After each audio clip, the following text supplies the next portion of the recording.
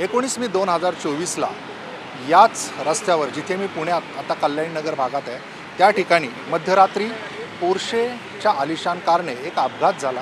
हा अल्पवयीन जो मुलगा होता याने हा अपघात घडवला। आता हा अल्पवयीन आहे का याविषयी देखील संपूर्ण न्यायालयीन चौकशी सुरू आहे। या संदर्भात देखील अनेक कॉन्ट्रावर्सीज समोर आल्या। मात्र सगळ्यात महत्त्वाची गोष्ट आता 1 वर्ष पूर्ण होऊन गेले। मात्र इथली परिस्थिती काय आहे आता की त्याच्यावर कायद्याने वचक बसवला आहे का किंवा अशा घटना पुढे घडणार नाहीत याकरिता प्रशासन काय प्रयत्न करत आहे या सगळ्या संदर्भातला उहापोह हा आपण 1 वर्ष झाल्यानंतरची परिस्थिती पुण्यातल्या या कल्याणनगर भागात काय आहे ते आपण जाणून घेतोय। क्या बताएंगे आपकी जिस तरीके से ये घटना हुई, वारदात हुई, उसके बाद में किस तरीके से हालात है आज भी? हालात में ज़्यादा तो कोई सुधार हमने देखा नहीं है। या police patrolling 100% has been increase, बढ़ गई है। पर हम चाहते हैं कि जो ये न्यूसेंस ट्रैफिक वायलेशन रात को 2-2:30 बजे तक अलाउ करना, प्लस उसकी वजह से हॉन्किंग, लेट नाइट ट्रैफिक, इतना ट्रैफिक हमको एक्सपेक्टेशन नहीं होता है 2:30 बजे का, पर फिर भी इतना ही ट्रैफिक होता है। स्लीप डिप्राइव्ड ओल्ड पीपल है, रेजिडेंशियल एरिया है, ऑब्वियसली बच्चे हैं, और उसके लिटरिंग, अर्ली मॉर्निंग सुबह उठ के बच्चे स्कूल जाते हैं, सब जगह इतना गंदगी, ये इस वजह से हमको कोई चेंज नहीं दिखा है। हमने एक्सपेक्ट किया था कि इस केस ने should have set an example for everyone, पर ऐसे हमको एक्साइज डिपार्टमेंट पीएमसी से भी उतना ही सहकार चाहिए जैसे हमने चेंज पुलिस डिपार्टमेंट में देखा, बाकी किसी में हमने कुछ देखा नहीं। अगर इनको लाइसेंसेस पहले तो रेजिडेंशियल एरिया में अप्रूव ही नहीं देना चाहिए, और अगर दे रहे हैं तो यू शुड बी अलर्ट कि ये जो वायलेशंस हो रहे हैं रूल्स के, इसके ऊपर भी आपकी नज़र होनी चाहिए। पण अशा पद्धतीने आपण पाहतोय की याच्यामध्ये कोणताही बदल झालेला नाही। विशेषतः हा सगळा जो भाग आहे याच्यामध्ये असणारे पब्स असतील किंवा जी काही संस्कृती है त्याच्यावर कुठेतरी आळा बसण्याची गरज व्यक्त केली जाती है। क्या बताएंगे आप किस तरीके से आज यहाँ पे आज भी हालात वैसे ही है या बदल गए हैं कुछ? नहीं, हालात तो वैसे ही हैं, एक्सेप्ट फॉर जैसे इन्होंने बताया कि पुलिस पेट्रोलिंग में काफ़ी सुधार हुआ है। अभी कंप्लेंट होती है तो कुछ विदिन मिनट्स पुलिस आके हटा देती है, but traffic violation, screaming, shouting, youngsters का खड़े होना, सेल्फीज़ लेना, म्यूज़िक गाड़ी के अंदर, हाँ 1:30-2 बजे आप ऑन कर, बिकॉज सबके सिस्टम लगे हुए हैं, they just start the music anywhere and everywhere. और मेरे ओल्ड पेरेंट्स हैं, मुझे कभी अगर रात में मेडिसिन का ज़रूरत हो तो I don't send my kids, I can not send either my son और माई डॉटर डाउन, बिकॉज इतना स्पीड से गाड़ी आ रहा है, इतना screeching, you can hear screeching of the brakes also. कई बार ऐसे लगता है कि एक्सीडेंट हो गया क्या, इतना स्क्रीच आता है ज़ोर से, and it is very scary. So I go down, I send my husband और I go down, get the medicine. You cannot, it is very scary and we feel very insecure. ऐसे आहे की आत्ता ज्या परिस्थिती आपण पाहतोय या रस्त्यावर ती परिस्थिती कोणती बदललेली नाही आहे आणि इथे रहिवासी जे आहेत तेच माझ्यासोबत आहेत, इथे आसपासच्या सोसायट्यांमध्ये राहतात।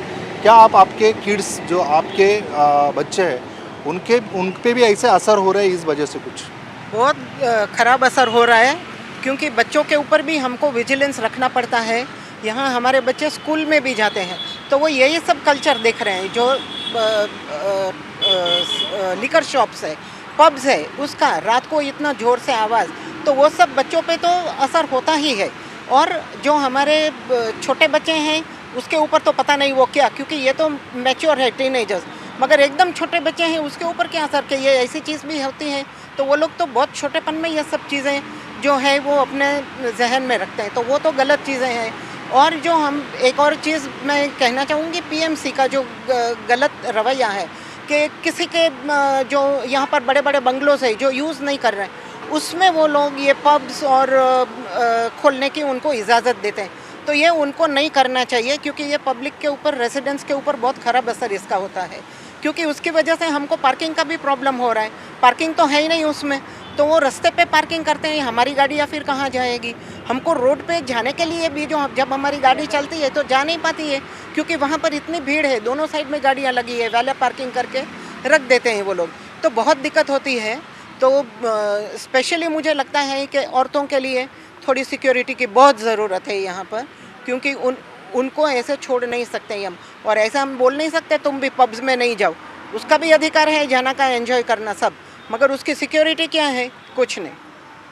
तर अशा प्रकारे आपण पाहतोय की आज 1 वर्ष पूर्ती होऊन गेली आहे या अपघाताला आणि आपण इथला कानोसा घेतोय आणि इथले रहिवासी आपल्याला सांगतायत इथली परिस्थिती काय है। क्या बताएंगे अभी कि जो हालात अभी बदले हैं, उसके बाद में कोई एक्सीडेंट बढ़े हैं या तो ऐसे इस पर कुछ दबाव आ चुका है प्रशासन की तरफ से?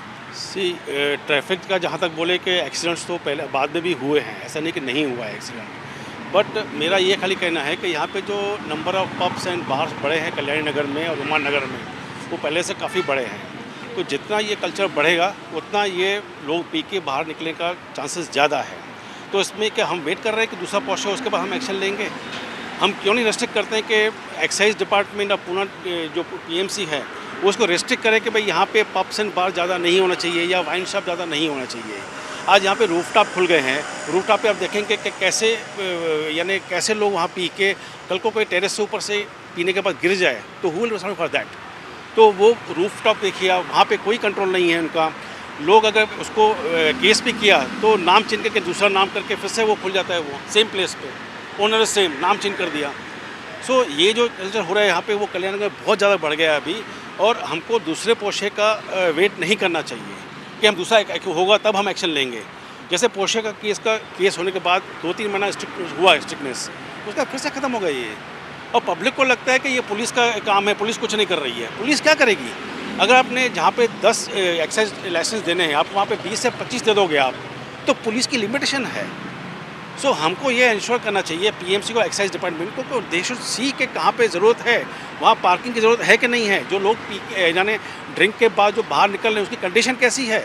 अल्टीमेटली गवर्नमेंट इसकी तरफ से पूरा ध्यान नहीं दे रही है। जिस तरीके से यहाँ पे उसके बाद में हालात बदलने के लिए जिस तरीके से दबाव आना चाहिए इन चीज़ों पे, ऐसा नहीं हो रहा है आपको लगता है? नहीं हो रहा है, यस नहीं हो रहा है। डेफिनेटली इसमें और सख्ती की बहुत ज़रूरत है। ये सख्ती आज नहीं है।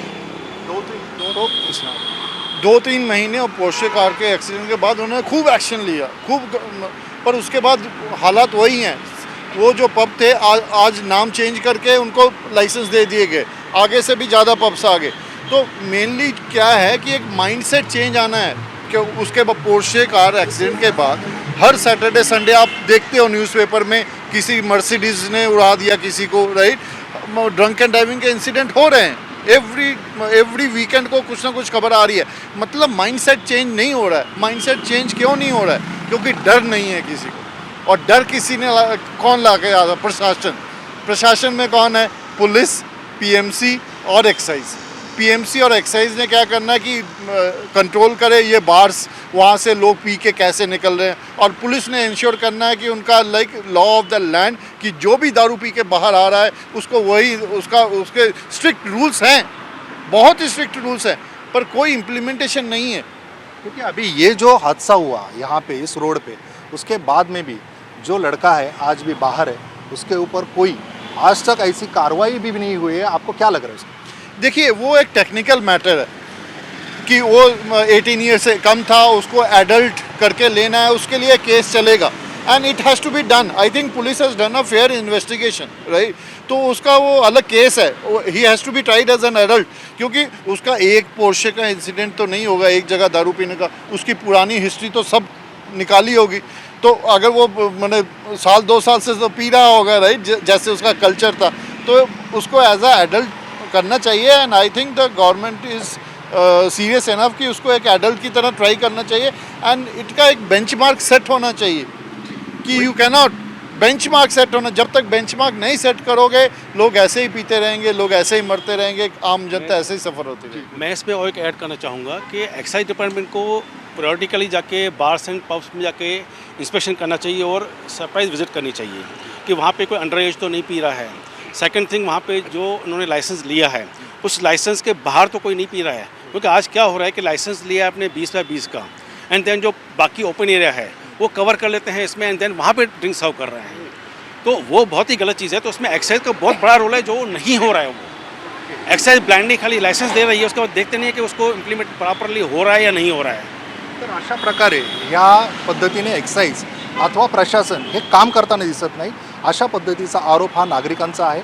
आणि कल्याणी नगर भागातल्या रहिवाशांशी आपण बोलतोय की ज्यांनी हा सगळा परिसर जो आहे यामध्ये घडलेली ही घटना पाहिलेली आहे आणि त्यानंतर 1 वर्षानंतर देखील काय परिस्थिती है ते आपण जाणून घेतोय।